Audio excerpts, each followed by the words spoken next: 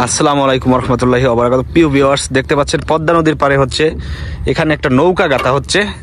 তো এই নৌকার গাথার ব্যাপারে সরাসরি তাদের সাথে কথা বলবো এবং দেখাচ্ছি আসলে নদীর পারে আসলে নৌকাটা হচ্ছে মেরামত করতেছে, সম্ভবত পুরনো দিনের নৌকা। এর ভিতরে কিন্তু মেশিনও আছে, যেটা দিয়ে আসলে স্টার্ট করে পানির মধ্যে চলে নৌকা, এরকম একটা মেশিনও আছে। এই নৌকার ব্যাপারে একটু কথা বলি যে আসলে কত টাকা খরচ হয় এরকম একটা নৌকা গাঁথতে।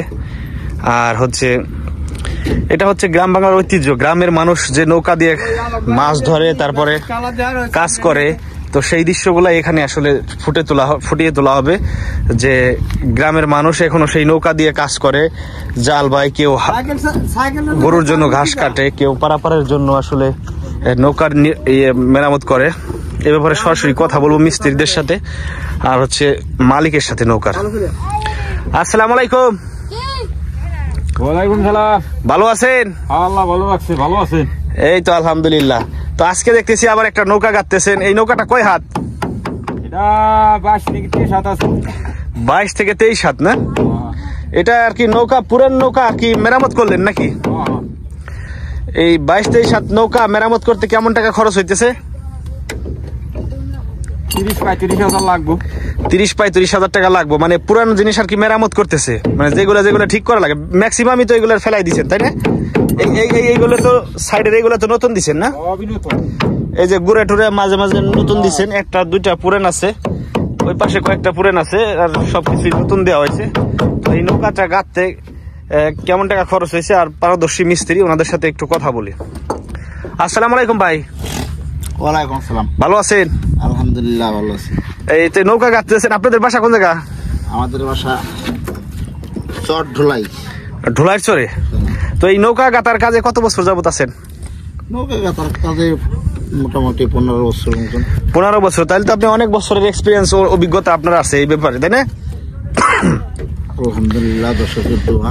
তো আপনারা আগে প্রতিদিন এখান থেকে আবার বাড়ি চলে যান? হ্যাঁ, প্রতিদিন যাই, প্রতিদিন আসি। ও আচ্ছা আচ্ছা।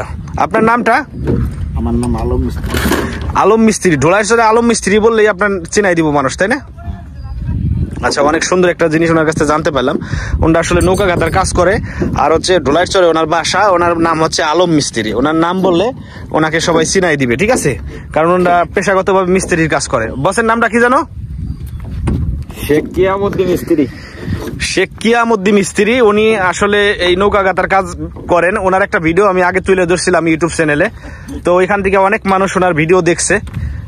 তো এই ব্যাপারে আসলে ওনার সাথে একটু কথা বলি। তো এই নৌকাটা কতদিন যাবত গাঁথতেছেন?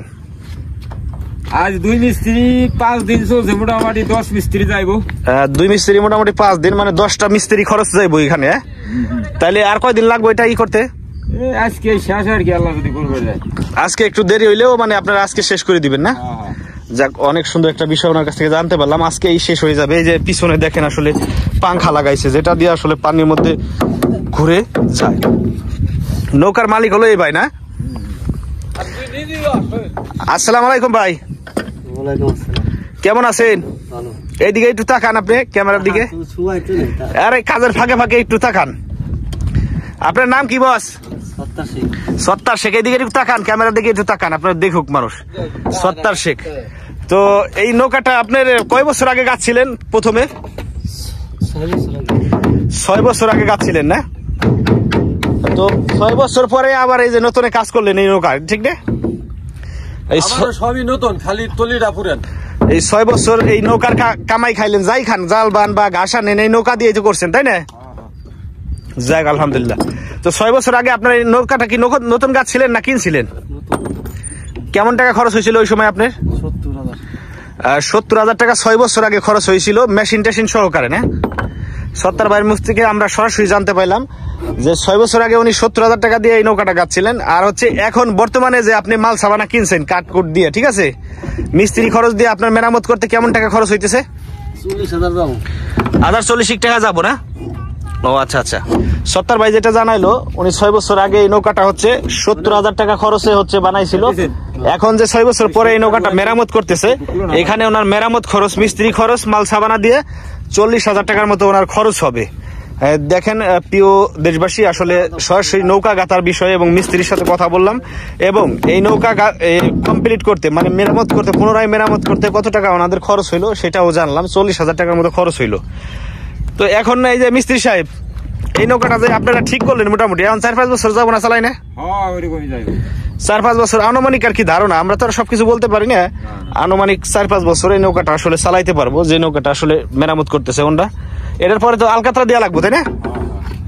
ওই যে ওই নৌকাটা যেভাবে আলকাতরা দেওয়া আছে ওই রকম ভাবে এটার আলকাতরা দিব, দিয়া নৌকার কালারটা আবার কালার হয়ে যাবো, যেটা আসলে দেখি আমরা গ্রামে গঞ্জে মানুষের নৌকার আলকাতরা দেয় পানি, যাতে পানিতে হচ্ছে ধরে জং ধরে যায়, জং থেকে বাঁচার জন্য হচ্ছে এই আলকাতরাটা ব্যবহার করা হয়। তো আপনাদের সবাইরে হচ্ছে আমার একটা ইউটিউব চ্যানেল আছে, মাসুদ হাসান ইউটিউব চ্যানেলে দিয়ে দিব। তো সবাই ভালো থাকবেন, আর নিত্য নতুন এরকম ভিডিও পেতে, গ্রাম বাংলার মানুষের ভিডিও পেতে হচ্ছে মাসুদ হাসান ইউটিউব চ্যানেলটি সাবস্ক্রাইব করা লাগবে, তাহলে আপনারা এখান থেকে নতুন নতুন ভিডিও পাবেন, এবং গ্রামে গঞ্জের মানুষের কুপার খবর এবং খরচ কিরকম পরিমাণে হইলো এই নৌকার সম্বন্ধে যাবতীয় তথ্য এখানে তুলে ধরা হইলো। সবাই ভালো থাকেন। আসসালামু আলাইকুম রহমতুল্লাহি ওয়া বারাকাতুহু।